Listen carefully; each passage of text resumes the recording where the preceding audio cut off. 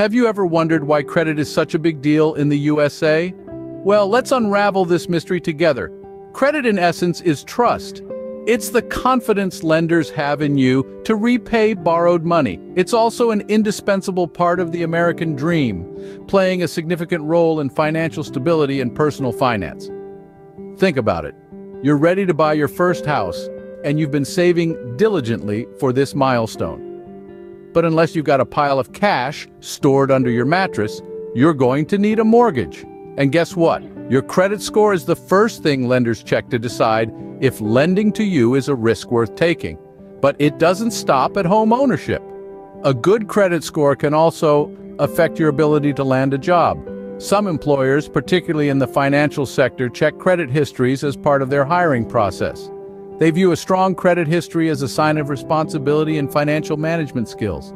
Getting a car, starting a business, or even renting an apartment can all hinge on that three-digit number. And it's not just about getting approved, it's about the terms too. Better credit often translates to lower interest rates, which can save you thousands of dollars over the life of a loan. Even your utility services can be influenced by your credit. Companies may waive security deposits if you have a good credit history. Conversely, a lower credit score could mean you have to pay more upfront. In essence, credit is the backbone of your financial life in the USA. It's the key that opens doors to many opportunities. It's not something to be taken lightly. It's something to be understood, nurtured, and protected. So, in our journey towards understanding the financial landscape of the USA, let's remember this crucial fact. Credit isn't just a number. It's a key to many opportunities. Now that we understand why credit is important, let's dive into the different types of credit. There are mainly three types of credit: revolving credit, installment credit, and open credit. Each has its own unique features, benefits, and drawbacks. Revolving credit is like a revolving door. It allows you to borrow funds repeatedly up to a certain limit as long as you're paying off your balance. Credit cards are a common example of revolving credit. The benefit here is flexibility. You can borrow as much or as little as you need within your credit limit and repay in full or in part. However, this flexibility can be a double-edged sword. If you're not careful, it's easy to rack up debt and get stuck in a cycle of making minimum payments with high interest rates. Next, we have installment credit, which is a more structured form of borrowing. With installment credit, you borrow a fixed amount up front and then pay it back in equal installments over a set period. Mortgages and car loans are examples of this. The advantage is predictability. You know exactly how much you need to pay each month and when the loan will be fully paid off. But the downside is the lack of flexibility.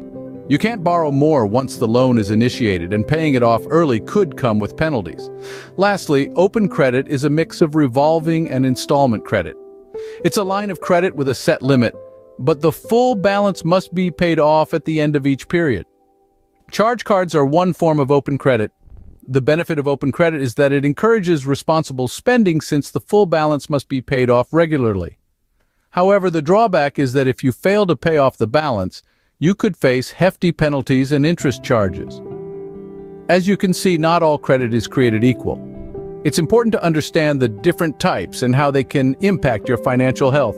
Credit can be a double-edged sword. Let's talk about the pros and cons. Imagine credit as a tool in your financial toolbox. When used correctly, it can help you build a sturdy financial house. But if mishandled, it can cause that house to crumble. So what exactly are the advantages of good credit? Firstly, good credit can lead to lower interest rates. The better your credit score, the less risk you pose to lenders. This means they're more inclined to offer you attractive interest rates. Over time, these lower rates can save you hundreds or even thousands of dollars in interest payments. Secondly, good credit can give you better terms for loans and credit cards. This might mean access to higher credit limits, longer repayment periods, or even rewards like cashback and travel points. It's like being part of a special club with exclusive perks. But let's flip the coin here. What happens when your credit isn't so good? Well, as you might guess, the perks start to disappear and the challenges begin to mount. For one, bad credit can lead to higher interest rates. Lenders see you as a higher risk, and to compensate for that risk, they charge you more in interest. This can make your monthly payments higher and your loans more expensive overall. In addition, securing loans can be more difficult with bad credit. You may find yourself rejected for loans or credit cards, or you may be offered terms that are less than ideal. This can be a major setback if you're trying to buy a home, start a business, or make another large purchase. And let's not forget the social implications. Bad credit can affect your ability to rent an apartment, get a cell phone contract, or even land a job in some cases. It can truly be a barrier to moving forward in life. So, good credit can open doors, but bad credit can make life more difficult. It's crucial to understand both sides of the credit coin so you can make informed decisions about your financial future.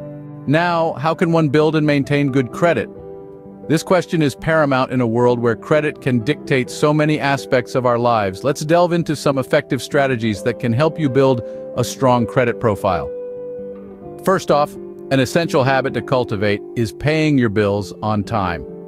This may seem obvious, but it's worth emphasizing because your payment history is the single largest factor that contributes to your credit score. Whether it's your electricity bill, your credit card bill, or that student loan payment, make sure you're paying each one promptly. If you're prone to forgetting, you might find it helpful to set up automatic payments or reminders. Next, consider your credit utilization ratio, which is the amount of credit you've used compared to your total credit limit. It's generally recommended to keep this ratio under 30%. That means if you have a credit card with a $1,000 limit, try not to carry a balance of more than $300. Keeping your balances low shows potential lenders that you're responsible and don't rely too heavily on credit. In addition to these, don't forget to regularly check your credit reports for errors. This is vital, as inaccuracies can unfairly lower your score. Every year, you're entitled to one free report from each of the 3 main credit bureaus, so make sure to take advantage of this. If you spot any inaccuracies, promptly dispute them to get them corrected. Finally, remember to be patient. Building credit isn't an overnight process. It requires consistent, responsible financial behavior over time. Avoid the temptation of quick fixes that promise to drastically improve your score in a short period. More often than not, these are too good to be true. In conclusion, building and maintaining good credit is about responsible financial management. Pay your bills on time, keep your credit balances low, and regularly check your credit reports for errors. Remember, building good credit is a marathon, not a sprint. It takes time and discipline. Scene script. Let's do a quick recap. We've taken quite a journey through the world of credit in the USA, and it's been both enlightening and fascinating. We started off by exploring the importance of credit. It's not just a financial term, but a critical tool that allows us to navigate through life's big moments. Whether it's purchasing a home, starting a business, or securing a loan for education, credit is the invisible hand that opens these doors. Then we delved into the different types of credit. We talked about how revolving credit, like credit cards, and installment credit, like mortgages and student loans, offer different benefits and fulfill diverse needs. Each of these types of credit has its own set of rules, and understanding these can help us make informed decisions. We also discussed the pros and cons of credit. On one hand, credit can be a powerful ally, providing the means to invest in our futures and handle emergencies. However, it's not without its pitfalls. Mismanagement can lead to debt, damaged credit scores, and financial stress. It's a tool that must be respected and used wisely. Our journey then took us to strategies for building and maintaining good credit. We learned that paying bills on time, keeping balances low, and not applying for new credit too often are just a few of the ways to foster a healthy credit score. It's not an overnight process, but with patience and diligence, you can build a robust credit profile. And now, as we reach the end of our discussion, it's essential to remember that understanding credit and how to manage it effectively is key to maintaining financial health. It's not just about numbers and scores, but about opportunities, dreams, and security. Remember, your credit is your financial reputation. Protect it, and it will open doors for you.